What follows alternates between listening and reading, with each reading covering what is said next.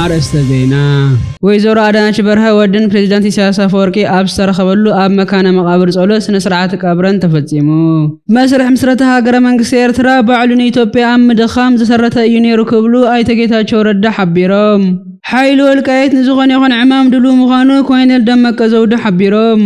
ኣሜሪካ ኣብ ልዕሊቶም ኣብ ክልል ትግራይ ሰላም ዝህውኹ ውልቀ ሰባት ስግምቲ ክትወስድ ጀሚራ። ናይ ሕቡራት መንግስታት ውድብ ዋና ጸሓፊ አንቶኒዮ ጉተሬዝ ዝወሃበ ቃል እቲ ኣብ አልፋሻር ዝተረኣየ ዘስካክሕ ፍጻሜታት ኣብ አልኡበይድ ክድገም ክንፈቅድ የብልናን ክብሉ ጻውዒት ኣቕሪቡ። ፖሊስ ኬንያ ጸረ መንግስቲ ተቃውሞ ቅድሚ ምጅማሩ ኣብ ሩስያ ርእሰ ከተማታት ሃገር ዘለዉ መንገድታት ዓጽዩ።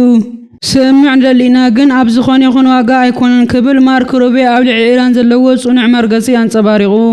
እልፊ አላፍ ጀጋኑ ሓርበኛታት ካብ ዘፍረያ ኣዴታት ኤርትራ ሓንቲ ዝኾና ወይዘሮ አዳነች በርሀ ብ22 ሰነ 26 ዓርፈ ነሲ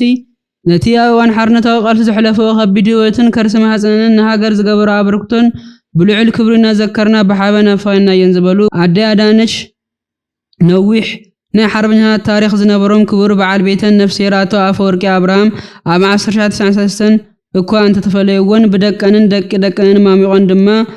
ጻማ ደኻመንን ሕጉስ ህይወትን ድሕሪ ምሕላፍ ዕድመ ጸጊበን ኣብ መበል 97 ዕድሜን ካብዚ ዓለም ብሞት ተፈልየን ብ24 ሰነ 2026 ድማ ወላደን ፕሬዝዳንት ሃገር ኤርትራ ኢሳያስ አፈወርቂ ካልኦት ደቀንን ስድራቤተንን ደቂ ዓደንን ሰበስልጣን መንግስቲ ግንባርን መራሕቲ ሃይማኖትን ፈተውትን ኣብ ዝተረኸብሉ ኣብ መካነ መቃብር ጸሎት ብክብ ዝበለ ስነ ስርዓት ሓመድ ኣዳም ለቢሰን ኣለዋ።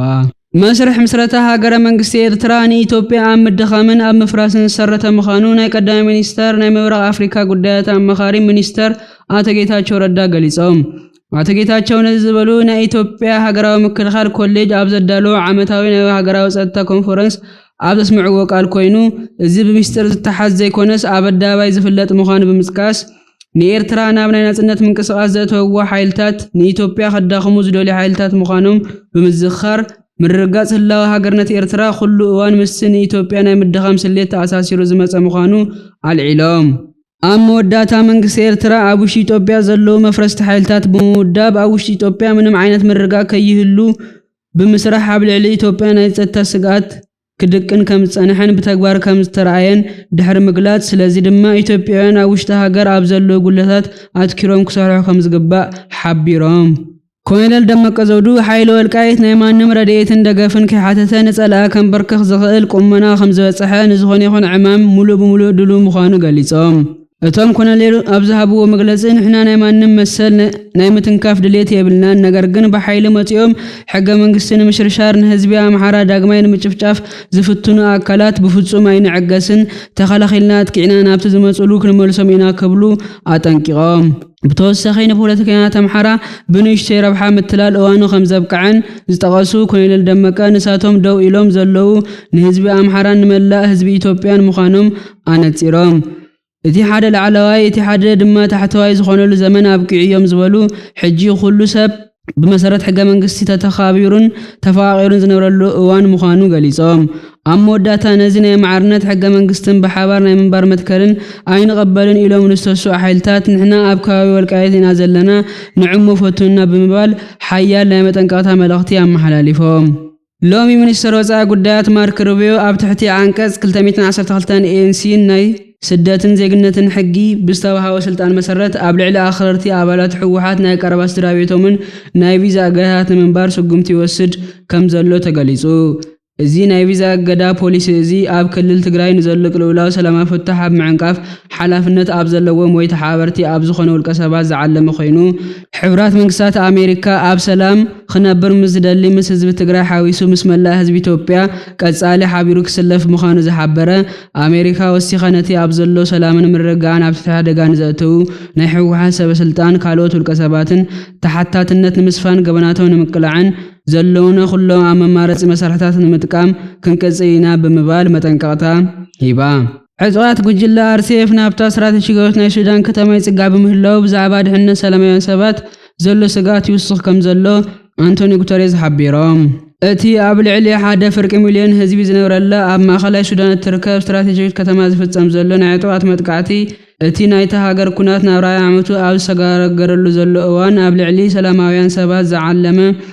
ሓድሽ ዙር ናይ ጅምላ ዓመጽ ይሕንጻጽ ከም ዘሎ ዘርኢ ኣህጉራዊ ሸቕለት ፈጢሩ ከም ዘሎ ሓቢሩ ናይ ሕብራት መንግስታት ውድብ ዋና ጸሓፊ አንቶኒዮ ጉተሬዝ ዝሃበ ቃላት ዝጽውዕ መግለጺ እቲ ኣብ ኣልፋሻር ዝተርኣየ ዝስካሕካሕ ፍጻሜታት ኣብ ኦልኦቦይድ ክድገም ክንፈቅድ የብልናን ድሕሪ ምባር ዝሓለፈ ዓመት እቶም ሓይልታት ቅልጡፍ ደገፍ ንከተማ ኣልፋሻር ኣብ ዝቃጸሉ እዋን ኣብ ውሽጢ 3 መዓልትታት ጥራሕ 6 ሰባት ቀቲሎም እዮም ዝበሉ ኣብ ኬንያ ፖሊስ ብውሕዱ 60 ሰባት ዝመትሉ ተቃውምቲ ንህንጻ ባይቶ ፓርላማ ዝሰበሩሉን ጸረ መንግስቲ ተቃውምታት ንኽልተ ዓመት ዝመልኣሉ ዕለት ንምዝካር ዝተሓሰበ ሰላማዊ ሰልፊ ኣቀዲሙ ናብ ርእሰ ከተማ ናይሮቢ ዝወስድ መንገድታት ንምዕጋት ሎሚ ሐሙስ ናይ መንገዲ ቼክ ፖይንታት ኣንቢሮ ኣሎ ክብል ሓቢሩ ዝሓለፈ ሰሙን ፕሬዝዳንት ዊልያም ሩቶ ህዝቢ ሰልፊ ናይ ምክያድ መሰሉ ክሕልወሉ እዮም ዝበሉ እንተኾነ ግን እቲ መንግስቲ ናይ ህፃናት ናብ ቤት ጽሕፈት ናይ ምኻድ መሰልን ናይ ሰራሕተኛታት ናይ ምስራሕ መሰልን ክሕሎ እዩ ክብል ነቶም ሰልፈኛታት ሃገር ንምዕጻው ኣብ ዝግበር ዝኾነ ይኹን ፈተናት ክቁጠቡ ኣጠንቂቑ ኣሎ። ሚኒስተር ወጻኢ ጉዳያት ኣሜሪካ ማርክ ሩቢዮ ኣብ ርእሰ ከተማ ባህሬን ምስ መራሕቲ ሃገራት ወሽመጥ ኣብ ዘካየድዎ ህጻ ኸይባ ዋሽንግተን ምስ ቴህራን ብዲፕሎማስያዊ መንገዲ ንምስራሕ ፍቃደኛ እንተኾነት እኳ ናይ ኣሜሪካ መሻርክታን ረብሓታትን ኣሕሊፋ ዝህብ ስምምዕ ከም ዘይህሉ ብንጹር ኣፍሊጦም ኣሜሪካ እቲ ስትራቴጂካዊ ወሽመጥ ሆርሙዝ ኣብ ትቁጽር ሓንቲ ሃገር ኢራን ክኸውን ፈጺማ ከም ዘይትፈቅድ ድሕሪ ምግላጽ ኢራን ኣብቲ ባሕሪ መስመር እተሓቶ ዘላ ክፍሊት ታሪፍ ብምባል ናይ ቃላት ጸወታ ጥራይ ምዃኑ እውን ሓቢሮም ኢራን ነቲ ናይ ገዛ ርእሳ ሰውራዊ ርእዮተ ዓለም ናብ ካልኦት ሃገር ካብ ምልኣኽ ወጻኢ ምእንተ ናይ ገዛ ህዝባ ብልጽግና እትጭነቕ ንቡር መደበኛ ሃገር ክትከውን ክትውስን ከም ዘለዎ ሓቢሮም ምሳኸም ዝነበርኩ ጋዜጠኛ ደልስየ ሰሰናይ ንዓኹም